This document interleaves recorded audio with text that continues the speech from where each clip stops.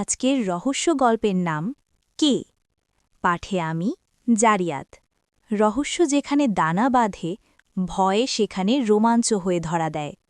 আজ আপনাদের এমনই একটি গল্পের জগতে নিয়ে যাব যেখানে নিস্তব্ধতা কথা বলে আর ছায়ারা খেলা করে।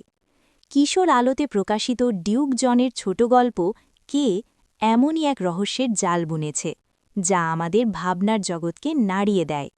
চলুন ডুব দেওয়া যাক সেই অদ্ভুতুরে অভিজ্ঞতায়। গল্পের মূল কেন্দ্রে আছে নিঝুম নামের এক তরুণ। তার বান্ধবী লামিয়া তাকে জানায় যে তার অফিসের জানালার উল্টো দিকের এক পরিত্যক্ত বাড়িতে সারা দিন একজন লোক দাঁড়িয়ে থাকে এবং তার দিকে তাকিয়ে থাকে। বিষয়টি খতিয়ে দেখতে নিঝুম রাতের অন্ধকারে সেই পরিত্যক্ত ৫তলা ভবনটিতে প্রবেশ করে।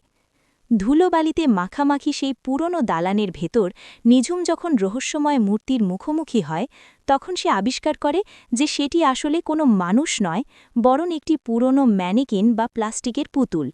নিঝুম কিছুটা স্বস্তি পেয়ে যখন লামিয়াকে মেসেজ করে জানায় যে সেই রহস্য সমাধান করেছে, ঠিক তখনই গল্পের মোড় ঘুরে যায়। লামিয়া ফিরতি মেসেজে জানায় যে জায়গাটি নিরাপদ নয় এবং সেই মূর্তিটি আসলে কোনো জড় পদার্থ নয়, সেটি মাঝে মাঝে হাঁটাচলাও করে। গল্পের শেষে যখন নিঝুমের কাঁধে একটি অজানা হাত এসে পড়ে, তখন পাঠক এক অদ্ভুত শিহরণ অনুভব করেন। কখনো কখনো আমরা যা দেখি তা সত্যি নয়, আবার যা এড়িয়ে যাই তাই হয়তো চরম সত্য। নিঝুম কি শেষ পর্যন্ত সেই রহস্যময় হাত থেকে বাঁচতে পেরেছিল, নাকি সেও হারিয়ে গেল সেই অন্ধকার দালানের কোনো এক কোণে? রহস্যের কোনো শেষ নেই, ঠিক যেমন আমাদের কল্পনারও কোনো সীমানা নেই। এই গল্পটি নিয়ে আপনাদের মতামত কি কমেন্টে জানাতে ভুলবেন না।